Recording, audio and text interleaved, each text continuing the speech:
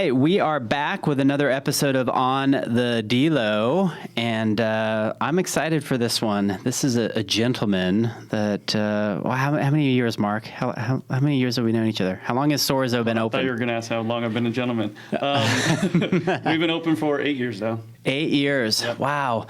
And if you're watching this on YouTube, let me phrase it this way. If you're not watching this on YouTube, I suggest that you go over there, because what I'm going to start doing is bringing on people better looking than me to help my algorithm. So Mark is going to be the first of the better looking people. It's got to be a small group, on the podcast. It's getting bigger by the minute. So let's talk about your story a little bit. I know that there's a lot of, baseball in your life, but baseball has now turned into hospitality, and you're a father of 3, and you just got a lot going on. So, I mean, tell me, what brought you to Arizona?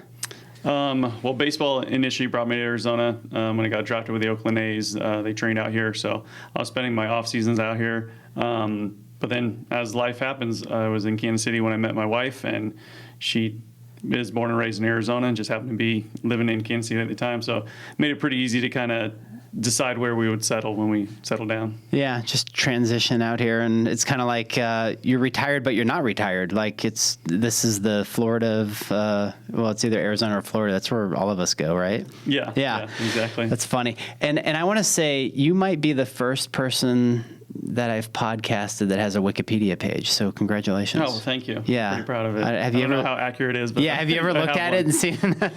I remember doing an interview and someone was like, "Oh, everyone calls you," I can't even remember what the nickname was, but they had pulled it from my Wikipedia page. But I think one of my buddies had thrown something on there, and nobody had ever called me that. So I was like, sure, I can go by that. That's kind of interesting. But yeah. I don't even know how that works. Are people just able to put in whatever bullshit that they want on somebody? I think so. I don't think there's any criteria. So oh my goodness, I can go have some fun with it. Oh, that's great. So you were in it was the 2002 Major League Baseball draft. Is that? Yep, drafted at St. Mary's College in 2002. Okay, and then how long did all that career last? So, 02 got drafted, and it was cool. I was in the Moneyball draft, so yeah, didn't make the movie, but I got a couple pages in the book. Which That's is cool. Awesome. Yeah. But it was cool because I got drafted with a bunch of college guys, so we're all same age and kind of same motivation and everything. So it was a really fun group to kind of dive into professional baseball with. But I was with the A's for that half season, and then 2 full seasons. I guess.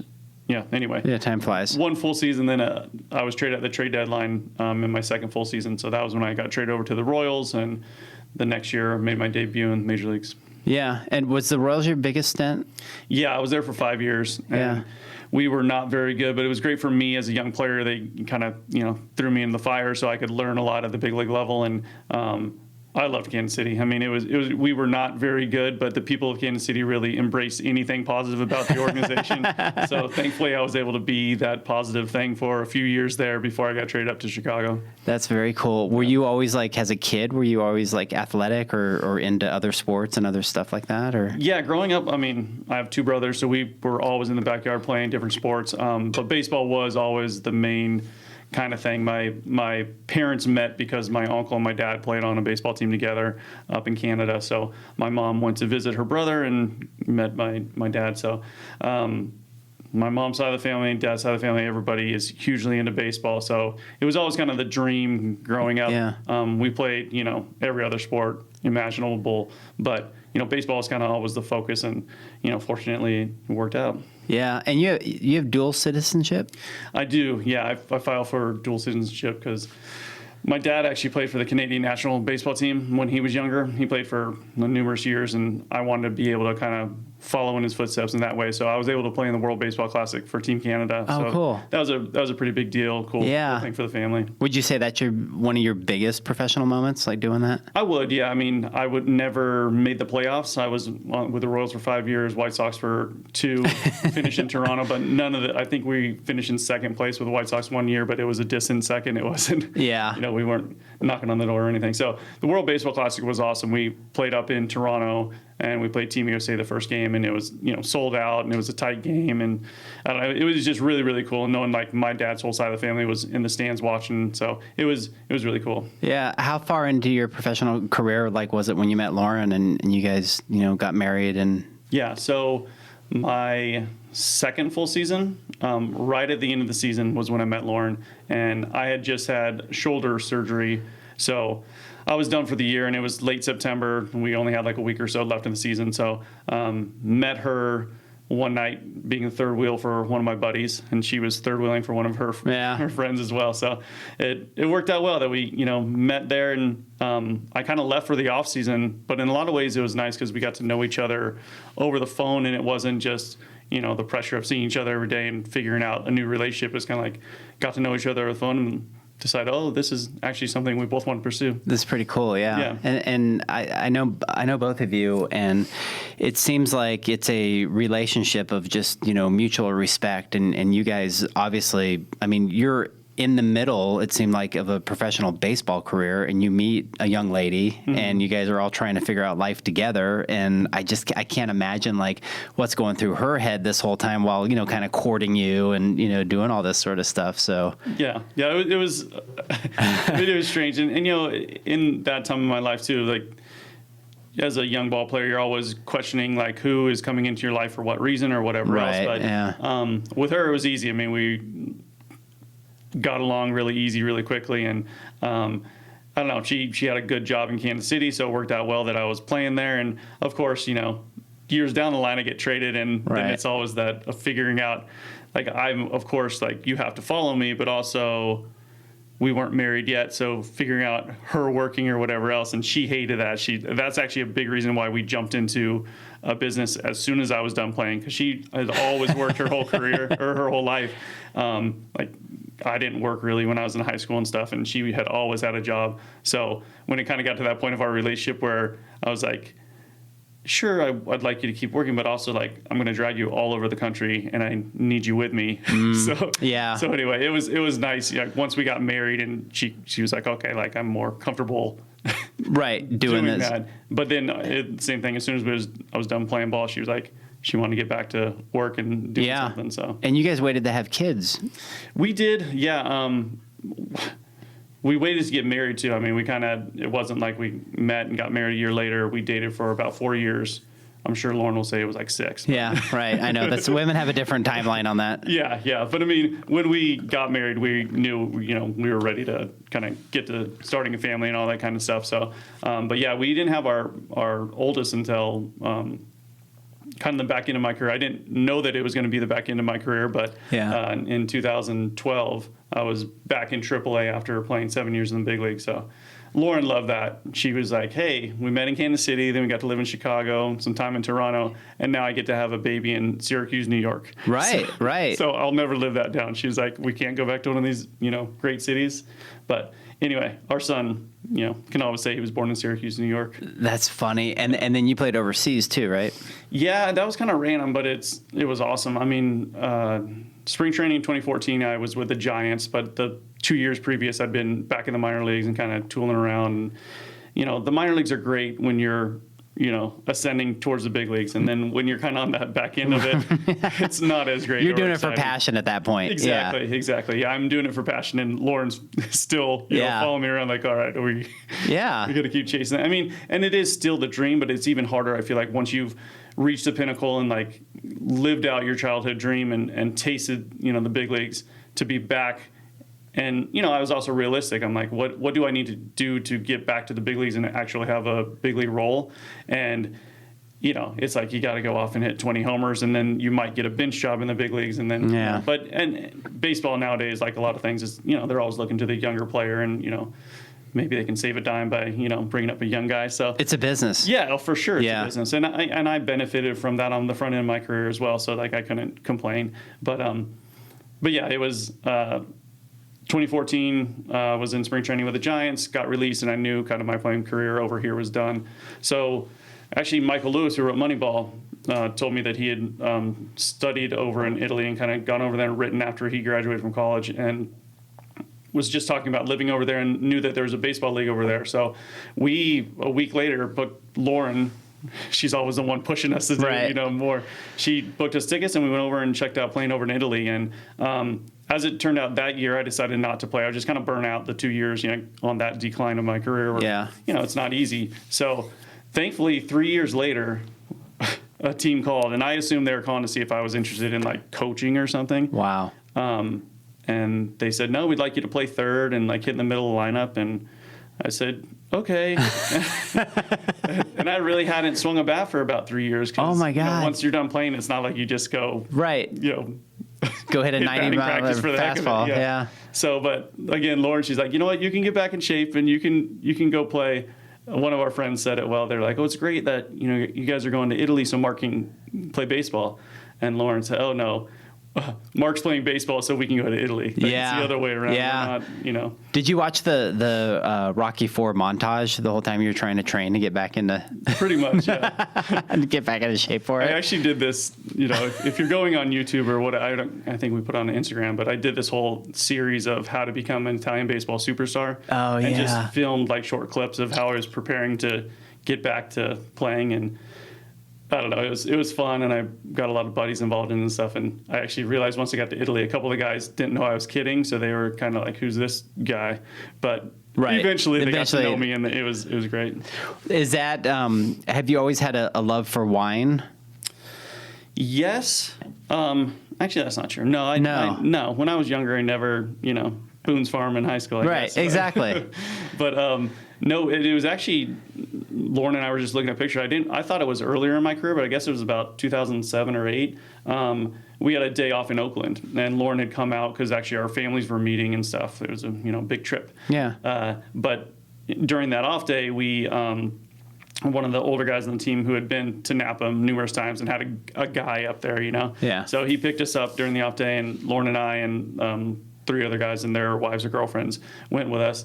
And it was our first kind of experience with Napa and, actually tasting wine and getting to know some of the, what goes into it. And we really were hooked after that trip. Like, it was an awesome trip and great day up in Napa. And then, throughout, the one cool thing, or not one, but one of the many cool things about playing in the big leagues, like, we got to travel around everywhere and got to, experience some great dining experiences and just some really cool things to where, when we did decide to do Sorso, we didn't have a ton of experience in the industry, but we had been able to enjoy the industry so much that we kind of knew what we liked and didn't like and what would work.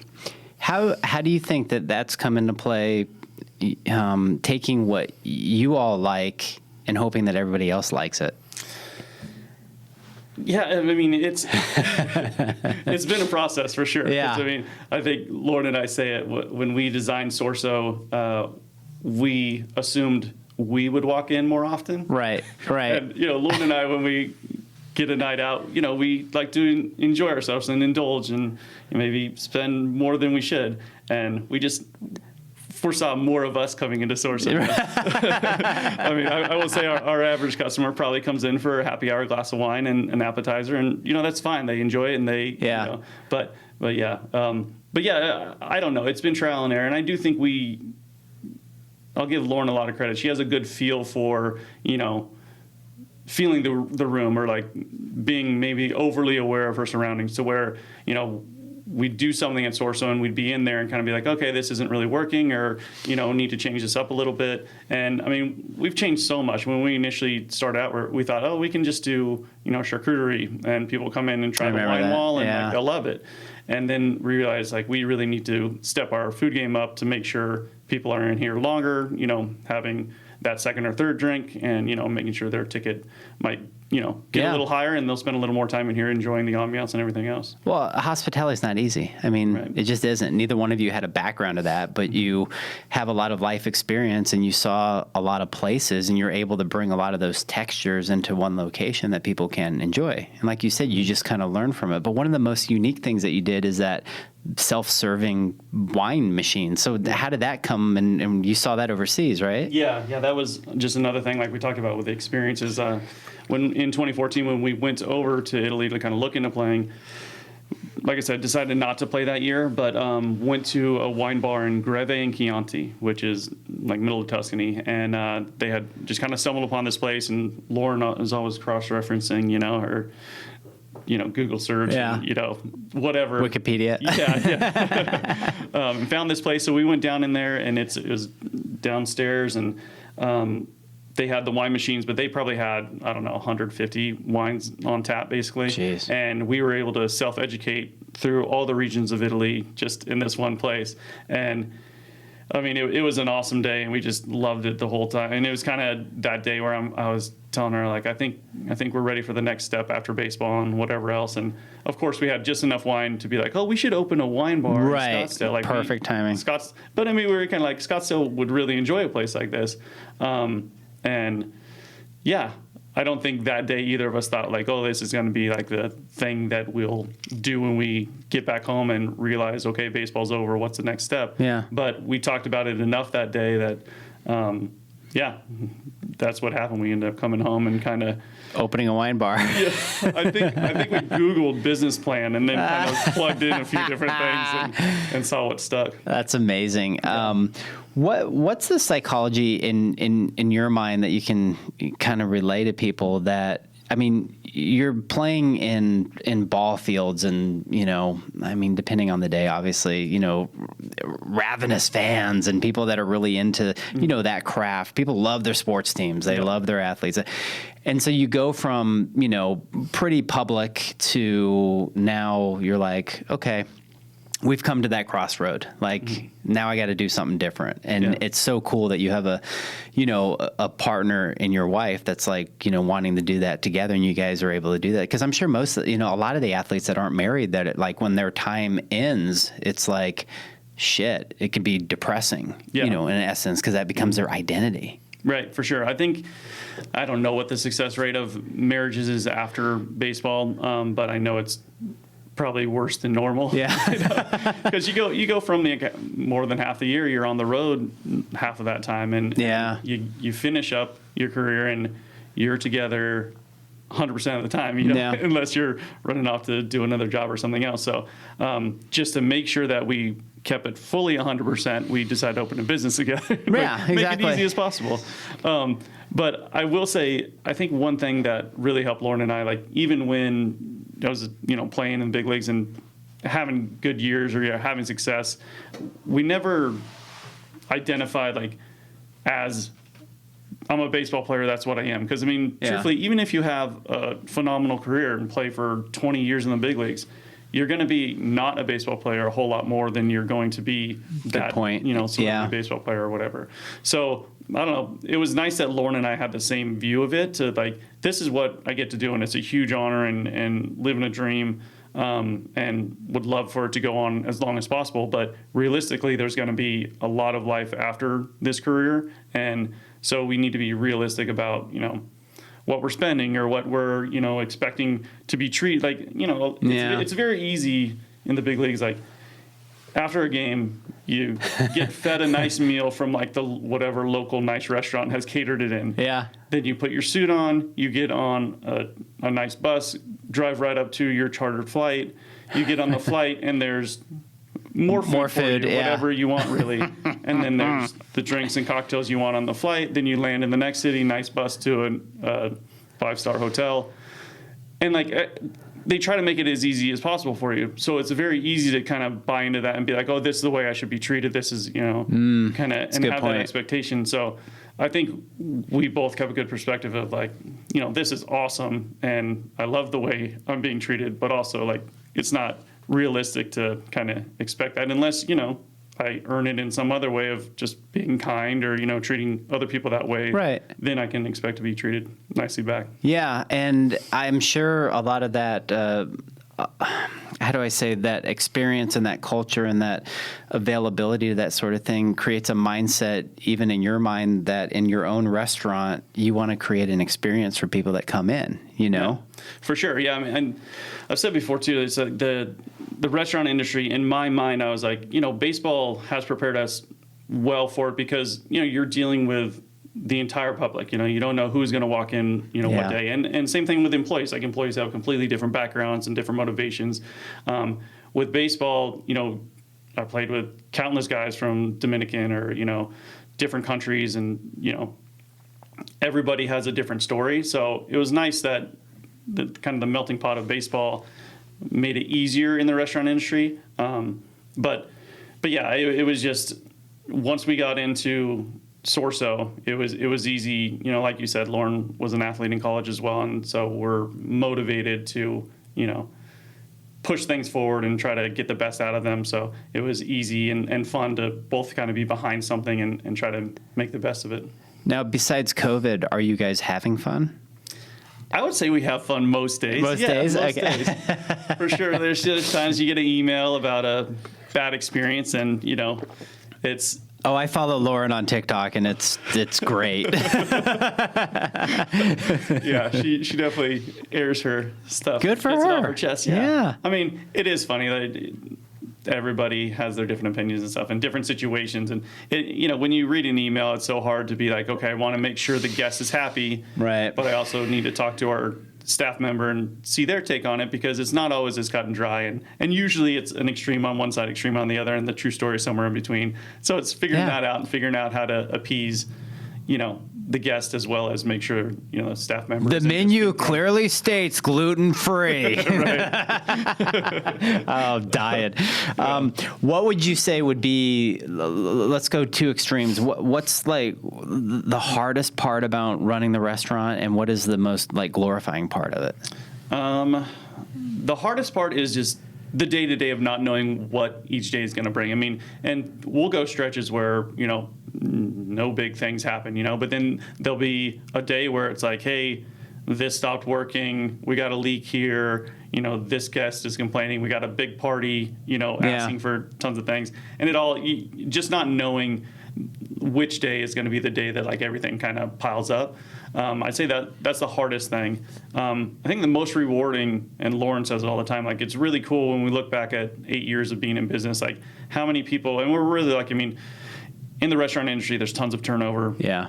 But we're really lucky that we've had a lot of people stay with us for a long time. We have one woman that's been with us the whole time we've been open, which is awesome. That's really cool. But just looking at the different people that, pay their mortgage, or we've gotten to know their kids, and like I was saying, our one server, her son is at ASU now, so we've kind of seen her get him through middle school, high school, and now he's off into college, and knowing that we've provided a business that's helped her pay those bills and helped her kind of make sure her son got where he needed to be. And I don't know, it's just been really fulfilling to provide a place where our staff feels comfortable and enjoys coming to work and are able to make a good living. That's really what it's all about, isn't it? Yeah. I mean, at the end of the day, and running a small business, or just a business in general, because I can advocate for this because I do it.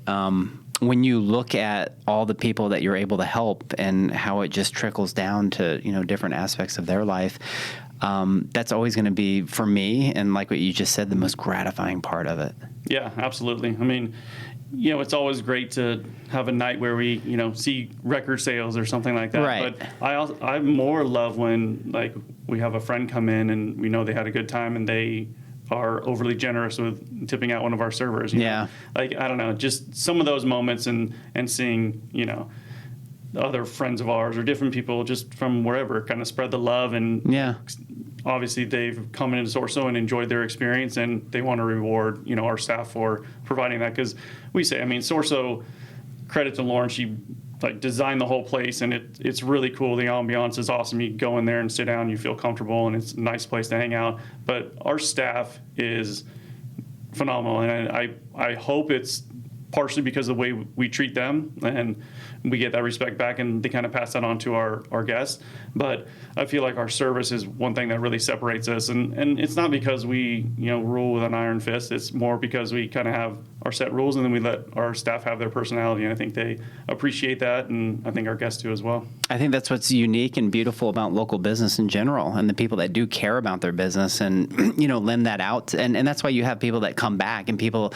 I bet another great aspect aspect of what you do is seeing those regulars, those people that come in and they're like, oh, which one of your, what do you have, 32 wines or something, which one's new or which one's, that sort of thing. So that's going to be great. Yeah, it's fun. I mean, and the quarter is great, that whole area, because there's so many apartments and condos, and they just keep building in, and we don't complain because it's just more built-in business and more locals. But yeah, I mean, there's a few people that come in. One woman who's a regular, and she's just like, oh, it just feels like these kids are all my family. So she comes in and checks on them, like, even if she's not stopping in to have a drink or lunch or whatever, she's still stopping in to like kind of check on our favorite servers and see how they're doing. So that's beautiful. Yeah. So besides chasing 3 kids around, and after baseball, and obviously you don't have the same regimen that you have, but I'm always curious to know, because I'm kind of a biohacker myself, and I feel mind body is always the most important. If you can't take care of yourself, you can't take care of other people. So what are like some of your personal traits that you do now to just stay motivated, in shape, mind clear, all that sort of stuff? Yeah. So I will say it's quite an adjustment for the majority of my life. Like, always be focused on taking care of my body and mind to be able to perform on the field as well as possible. So once that gets taken away, and that motivation, the reason that I've been working so hard in the gym or whatever is gone, it was definitely an adjustment.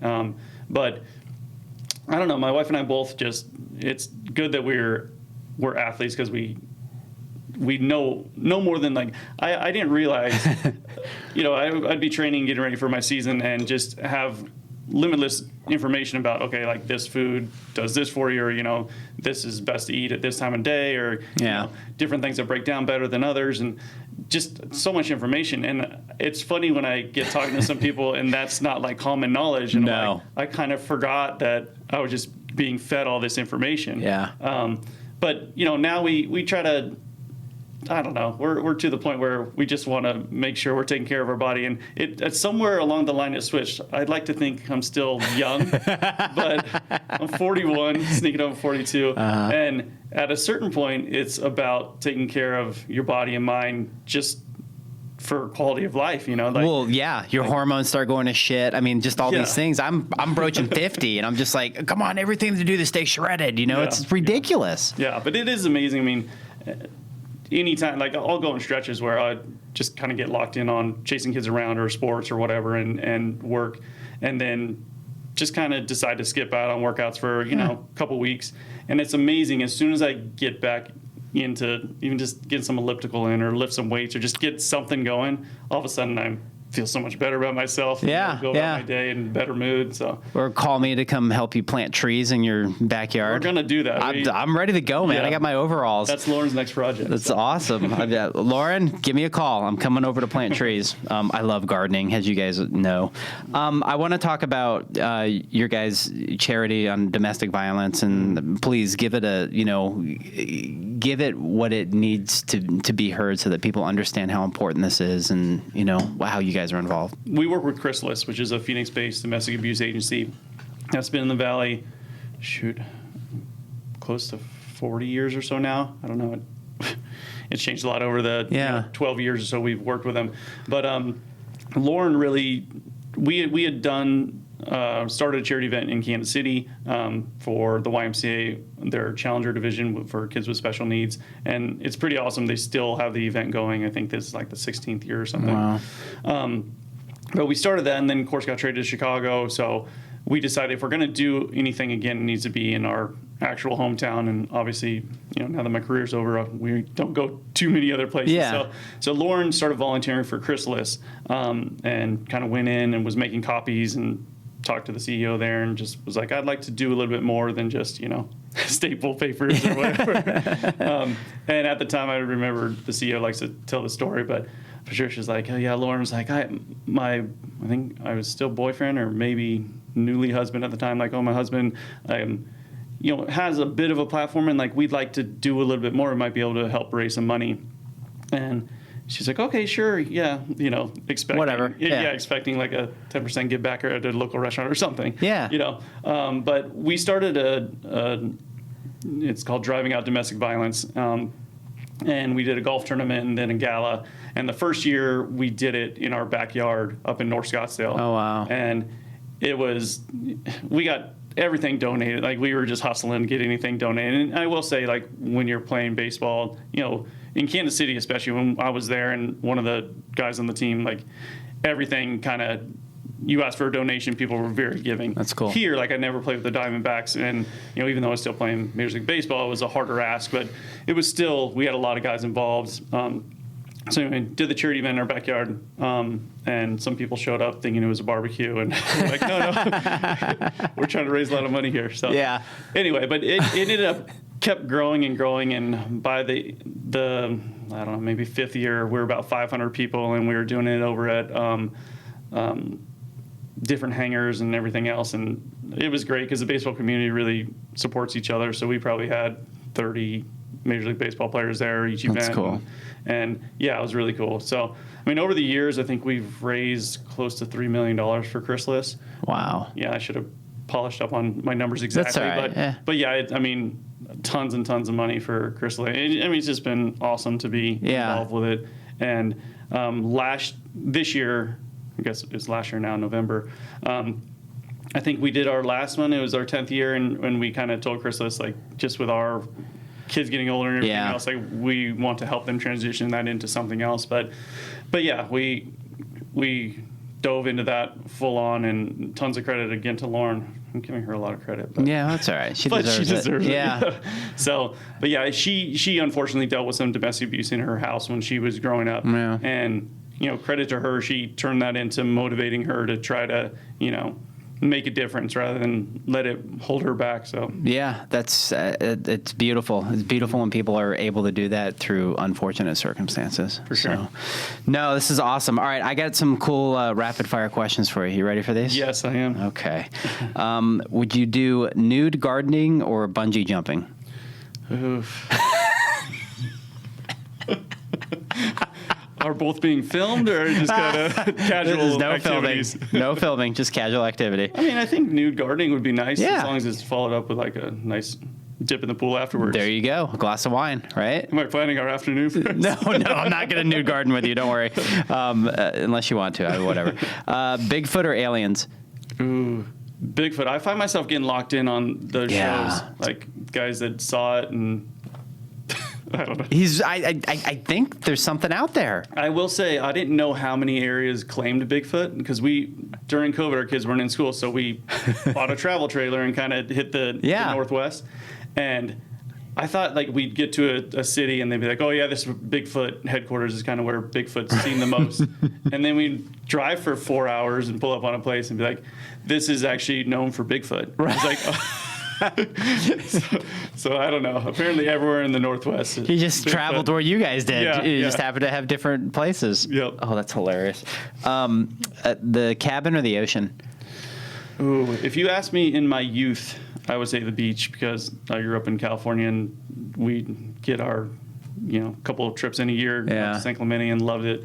But we actually spend a fair amount of time in Flagstaff now, trying to get out of the heat in the summer, and I love the mountains now. It's beautiful nice, up there, peaceful, and yeah. And you hang out with Mr. Tim from some Burros up there. Yeah, as much as we can. You guys doing a little partying up there? A little bit, little golf. A little golf. He beat me last time we played, so I got to change that this year. But, Shit! Don't invite me to that club. Neither of us are great golfers. Oh, okay, cool. Yeah, Invite me to that club then. Beer or tequila? Again, I think I'd say in younger years I'd go beer all the time. But now you're sophisticated. Yeah. Shockingly, over the last year or so, a nice tequila is, I enjoy my tequila now. And you do have other things at Sorzo other than wine. Yeah, well, we first started, you remember, but you only had to insure us for beer and wine. Right. And then we decided to ump the ante and bring on liquor, which has been great. I mean, with beer and wine, it was awesome, but I also felt like we missed out on some groups that, people wanted their tequila or their vodka. 100%. Yeah, so now we're able to accommodate that. Got the big boy license. Yeah. Yeah, well, it's worth a lot now. Yeah. A lot. Italian food or Canadian food? I don't know what Canadian food is. Nobody likes Canadian food. Poutine? Is that poutine? They have one item on the menu. Pasta or poutine? So I would go Italy all day. Right. Yeah. Nobody's ever said, we're making Canadian tonight. Like, not happening. Stop by the Canadian restaurant down the street. Yeah. If you're going to be a fan of baseball, are you a fan of the D-backs or the Royals?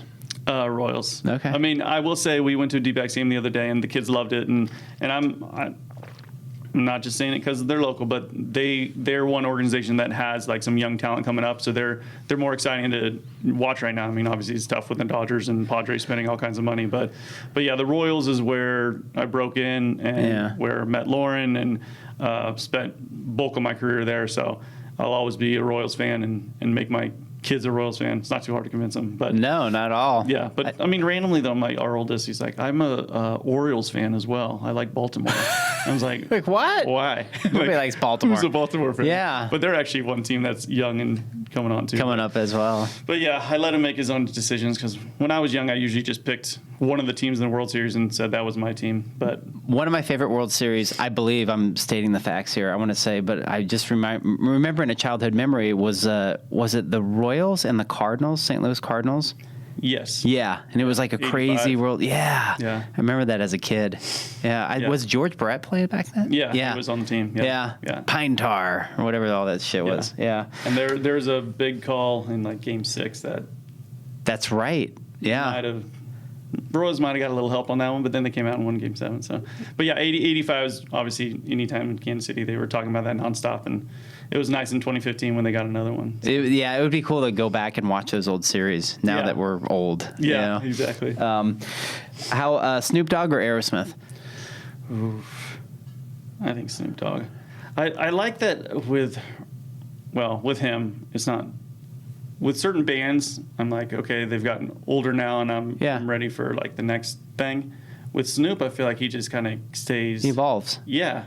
Somehow, I mean, he also does Skechers commercials, so Right. I don't respect all of it. But Yeah, those are old people's shoes, aren't they? I think so. I've been trying them on lately. Yeah, they feel good on my feet. Yeah. Well, it's funny because when you do, like as you know, I worked in the music business for a long time, and a lot of my, heroes per se in that genre are like bands that are still producing, like Def Leppard. They just came out with a great new album. I mean, even Foo Fighters are up there. They're doing good. So you look at it and it's like some of those guys probably should retire, but then there's some that are still making good music and still touring. Like Guns N' Roses hasn't made an album like 20 something years, but they're still touring on Appetite for Destruction, all that stuff, and people are still going and paying and listening to it. Yeah. No, it's crazy. I went to Garth Brooks, obviously different genres than both those, but I went to Garth Brooks' farewell tour. Yeah. Like 20 years ago. Yeah. Yeah. He's had like 18 of them, but I mean. Right. Just like Kiss. Yeah. But I mean, it is impressive that people can continue to, produce music as long as they're continuing to stay kind of relevant and, changing with the times a little bit, but, Then people pay the money to see it. Exactly. All right. Last one, Captain Crunch or Frosted Flakes? These are really hard, aren't they? Yeah, this was tough actually, because with Captain Crunch, I feel like the flavor of Captain Crunch jumps out to me more, but the top of my mouth always hurts after. Those. It can be rough on the mouth. It can be very rough. So I feel like Frosted Flakes might be the play. I think you're right. I love the Frosted Flakes, man. Oh my God. All right, it has been a pleasure having you. If there's a place that you want people to find you, where is it? Wikipedia, I guess. Wikipedia? No, I mean, you have social handles you want to share, or just go to Sorzo and drink wine? Yeah, Source of Wine Room has all the handles and everything. I mean, I do have my Instagram, my Twitter, and it's just my name, Mark Teahen or Mark T. Teahen. But yeah. Awesome. Track me down wherever. Track you down wherever. Yep. All right. Well, this was fun. Thank you so much for being a part of it. And until next time, everybody, please like, share, 5-star. Just don't be lazy. Be cool. Appreciate that. And follow me at I am the DELO. And other than that, I'm going to give you the space. There we go. And we're all out. Peace out. See you, everybody.